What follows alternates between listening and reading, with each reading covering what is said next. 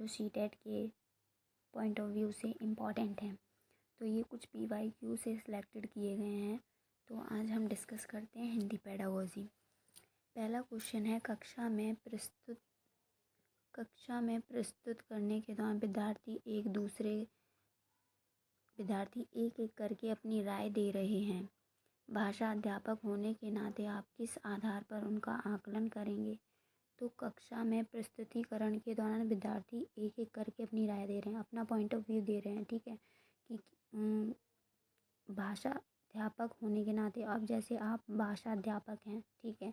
तो किस आधार पर उनका आकलन करेंगे? तो हम सबसे पहले उनमें भाषा में प्रभाव, मतलब जो भी आपने सिखाया है उसका प्रभाव कैसा है, फ्लो कैसा है, बच्चे कैसे मतलब बोल रहे हैं। उसके बाद सेकंड है विषय वस्तु में निपुणता। ये भी देखी जाएगी कि जो आपने सिखाया है उनको वो अच्छे से उसे प्रेजेंट कर पा रहे हैं नहीं, ठीक है। थर्ड है विभिन्न लेखनों के कथन से कोई नरेशन से कोई वो रिलेशन नहीं है। तो थर्ड ऑप्शन गलत होगा। प्रस्तुतिकरण शैली, उनकी प्रेजेंटेशन शैली स्टाइल भी देखी जाएगी। तो इससे क्या पता चलेगा कि आप भाषा अध्यापक हैं। तो उनका आकलन करेंगे किससे? भाषा प्रभाव के अकॉर्डिंग। सेकंड, विषय वस्तु में निपुणता की कितने अच्छे से उनमें विषय वस्तु को समझने की निपुणता है। तीसरा हम देखेंगे कि प्रस्तुतिकरण शैली यानी प्रेजेंटेशन स्टाइल कैसी है। तो इसमें हमारा राइट ऑप्शन जो होगा डी होगा, क्योंकि फर्स्ट सेकंड और थर्ड ठीक है, ठीक है। नेक्स्ट क्वेश्चन हम बात करते हैं। नेक्स्ट क्वेश्चन है हमारा सेकंड, निम्नलिखित में से कौन सी पारस्परिक शिक्षण की प्रक्रियाएं हैं? पारस्परिक शिक्षण की प्रक्रियाएं हैं यानी म्यूचुअल, जिसमें 2 वे रेसिप्रोकल होता है, उसे पारस्परिक शिक्षण कहते हैं, ठीक है। तो इसमें क्या है? पहला ऑप्शन अनुमान, प्रश्न करना, स्पष्ट करना और सारांशीकरण करना। आपका राइट ऑप्शन ए ही होगा, क्योंकि मान लेना टू वे रेसिप्रोकल नहीं हुआ, ठीक है। यानी म्यूचुअल अंडरस्टैंडिंग, यानी 2 या 3 लोग मिलके आपस में प्रश्न करें, चर्चा करें किसी बात को लेके, तो वो होता है। तो नोट करना आ गया, चर्चा करना है, ठीक है। बट बाकी भी ऑप्शन देखे जाएंगे तो उस हिसाब से ये वाला गलत है। इमेजिनेशन करना, प्रस्तुतिकरण, प्रश्न करना, ठीक है, सारांशीकरण, लेकिन प्रेजेंटेशन करना और कल्पना करना उसमें शामिल नहीं होगा, तो ये भी गलत है। विचार करना, अभिव्यक्त करना, मॉनिटरिंग करना, तो ये भी गलत है। तो राइट ऑप्शन जो आपका होगा वो होगा ऑप्शन ए। नेक्स्ट क्वेश्चन है हमारा,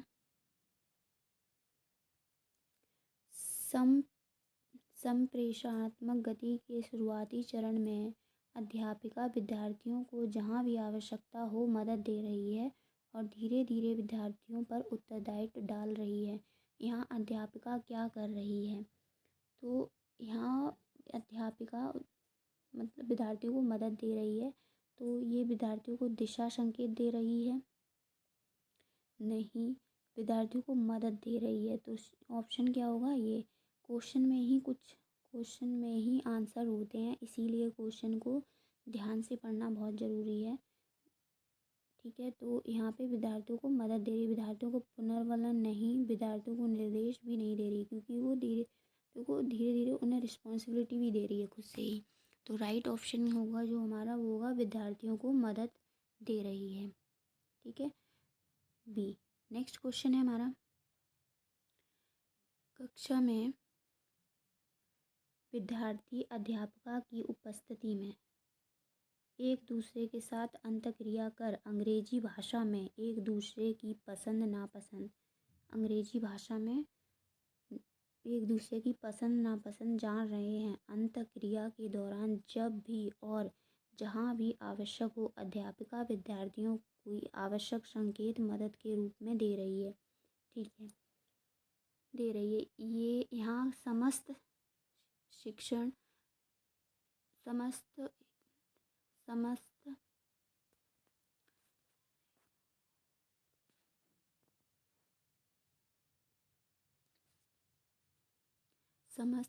अधिगम प्रक्रिया अधिगम के किस सिद्धांत को प्रतिबंधित कर रही है?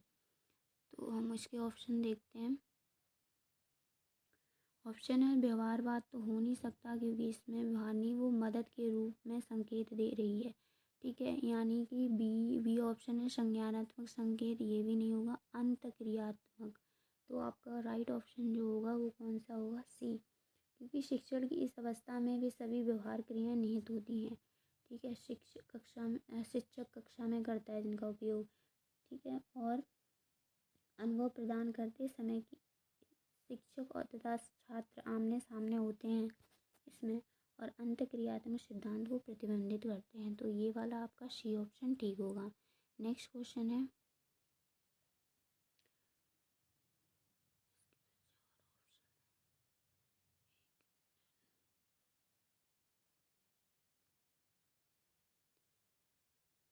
श्रव्य एवं लिखित सामग्री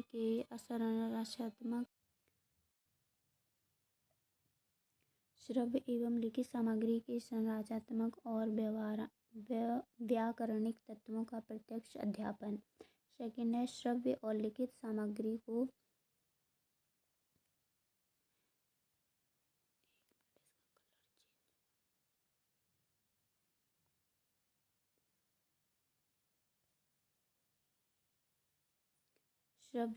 सामग्री को विद्यार्थियों के प्रयोग हेतु सामाजिक और सांस्कृतिक संदर्भों से जोड़ना।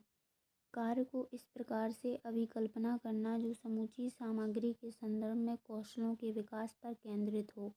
निम्नलिखित में कौन सा ऊपर बताए गए सिद्धांत पर आधारित है? तो हमारा इसका राइट ऑप्शन जो होगा, यहाँ पे किसकी बात की गई है? यहाँ पे बात की गई है समूची सामग्री, फिर एक जगह बात की गई है आपकी श्रव्य और लिखित सामग्री की भी बात की गई है। तो हम इसके अकॉर्डिंग देखो, क्वेश्चन में ही कुछ ऐसे वर्ड्स दिए गए हैं जिसके अकॉर्डिंग आंसर डिसाइड किया जा सकता है। तो यहाँ पे आपको दिख रहा होगा सामग्री आधारित निर्देश, तो ए ऑप्शन आप इसका राइट होगा। नेक्स्ट क्वेश्चन है हमारा 110। नेक्स्ट क्वेश्चन है कि द्वितीय भाषा के अधिगम में क्या शामिल है, यानी लैंग्वेज 2। ठीक है, सेकेंड लैंग्वेज के अधिगम में क्या शामिल है? तो पहला है आपका ऑप्शन, लक्ष्य भाषा में विभिन्न स्थितियों के प्रति प्रतिक्रिया देना नहीं, विभिन्न प्रकार की श्रव्य और लिखित सामग्री का उपयोग करना। जब हम सेकेंड लैंग्वेज सीख रहे होते हैं तो हमें श्रव्य यानी सुनने वाले और रिटन लिखित सामग्री दोनों का ही उपयोग करना पड़ता है, जिससे द्वितीय भाषा को आसानी से सीखा जाता है। नेक्स्ट क्वेश्चन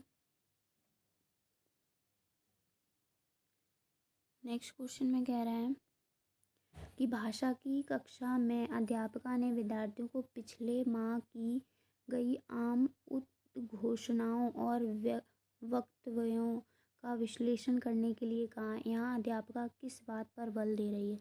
तो उसने पिछले महीने जो भी बच्चों को सिखाया उसको एनालाइज करने के लिए कहा, विश्लेषण करने के लिए कहा। ठीक है, ऑब्जर्वेशन।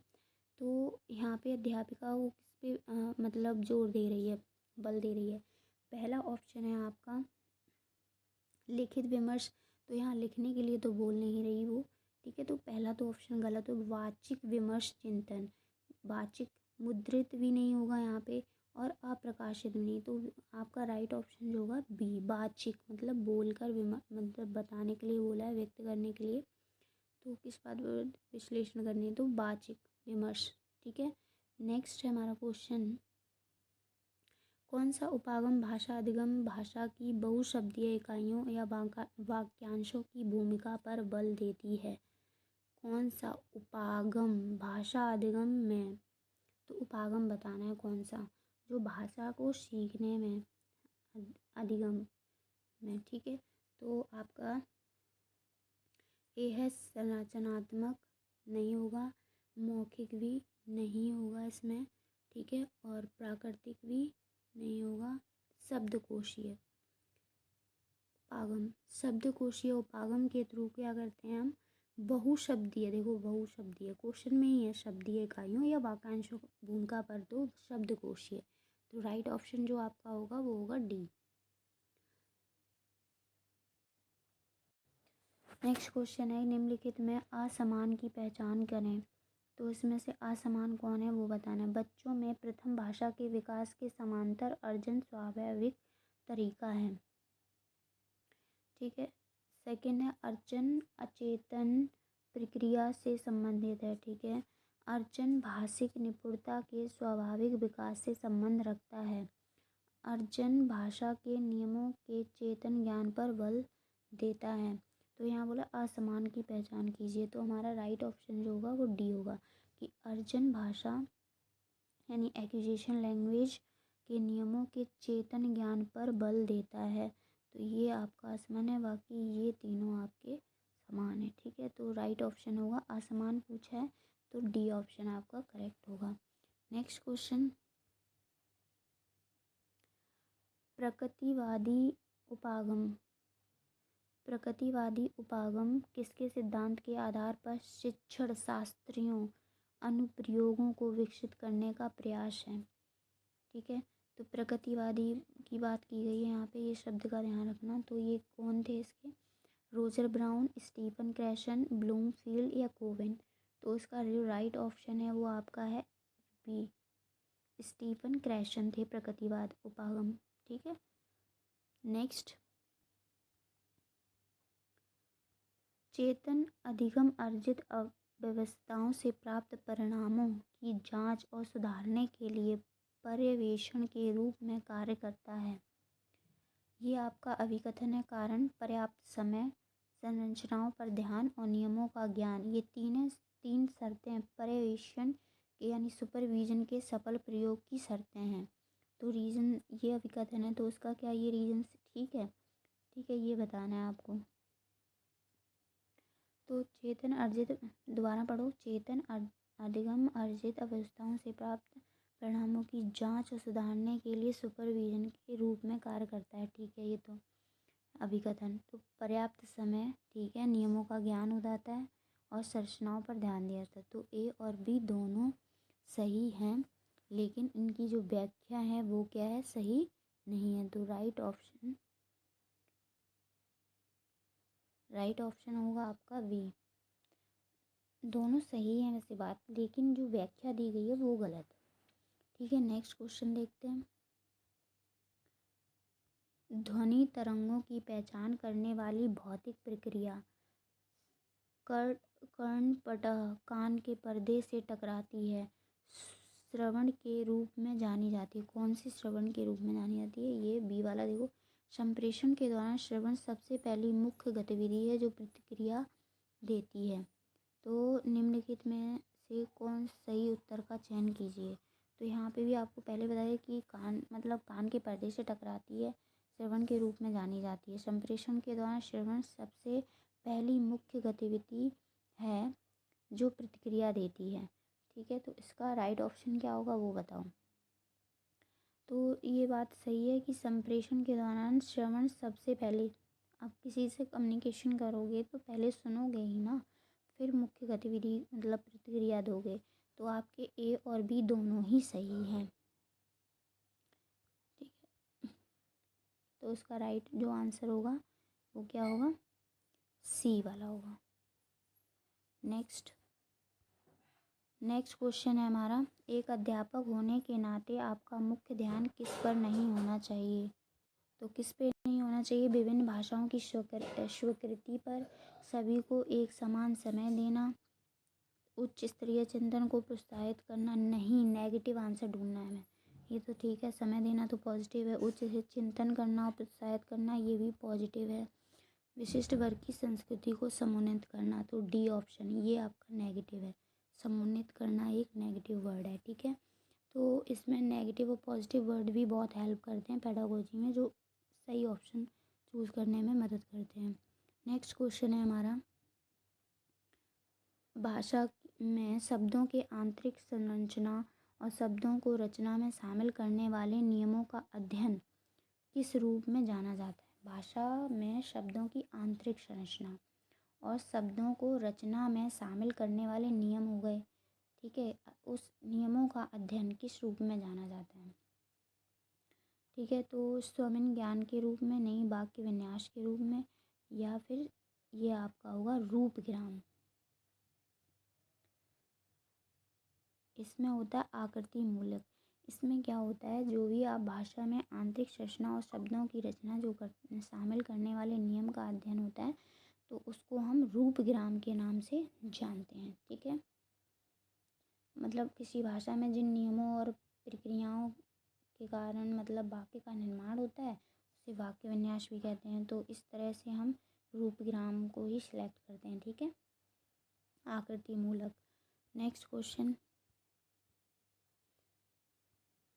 कुछ विद्यार्थी एक दूसरे से बात करने में संकोच करते हैं, मतलब उन्हें हेजिटेशन होती है। उनके संकोच को दूर करना है तो उनके लिए सर्वोत्तम उपाय किए जा सकते हैं। तो उनके लिए सर्वोत्तम उपाय क्या किए जा सकते हैं जिससे वो एक दूसरे से बात करने में हेजिटेशन, ठीक है, या अनकंफर्टेबल ना फील करें। तो उनके संकोच को दूर करने के लिए क्या कर सकते हैं हम? पहला ऑप्शन है उन विद्यार्थियों को प्रोत्साहित करें। एक मिनट उन विद्यार्थियों को प्रोत्साहित किया जाए, तो पहला ऑप्शन तो ठीक है। कक्षा में अनौपचारिक गतिविधियों का आयोजन कर उनमें विद्यार्थियों का संलग्न किया जाए। अनौपचारिक गतिविधि जिसमें मीन्स डेली लाइफ से यूज कुछ रोल्स दिए जाएँ और उन पे वार्तालाप करने यानी चर्चा एक दूसरे से थोड़ा बहुत डिस्कशन करने के लिए क्लास में दिया जाए, जिससे वो अपने जैसे आपस में ही कोई टॉपिक दिया जाए कि तुम्हारी फैमिली में कितने मेंबर्स हैं, उनके नेम क्या हैं, तो एक दूसरे से डिस्कस करेंगे तो उससे भी उनकी हेजिटेशन कम होती है यानी संकोच कम होता है। तीसरा आपका है उनके निष्पादन हेतु उन्हें पुनर्बलन दिया जाए। ठीक है, तो उनके निष्पादन हेतु पुनर्बलन दिया जाए, ये भी ठीक है। उन्हें कुछ और तरह के काम दे दिए जाएँ, तो ये कोई मतलब नहीं बनता है। कुछ और तरह, तो पहला ऑप्शन ठीक हो, फर्स्ट सेकंड और थर्ड आपके ठीक होंगे ने। ठीक है, तो इस तरह से हमने कुछ पेडागोजी के 15 क्वेश्चंस किए हैं। ठीक है, तो अब नेक्स्ट वीडियो में मिलते हैं। हम कुछ इंग्लिश पेडागोजी या मैथ की लेके आऊँगी। Thank you so much. अगर वीडियो अच्छा लगा हो तो like and comment and subscribe.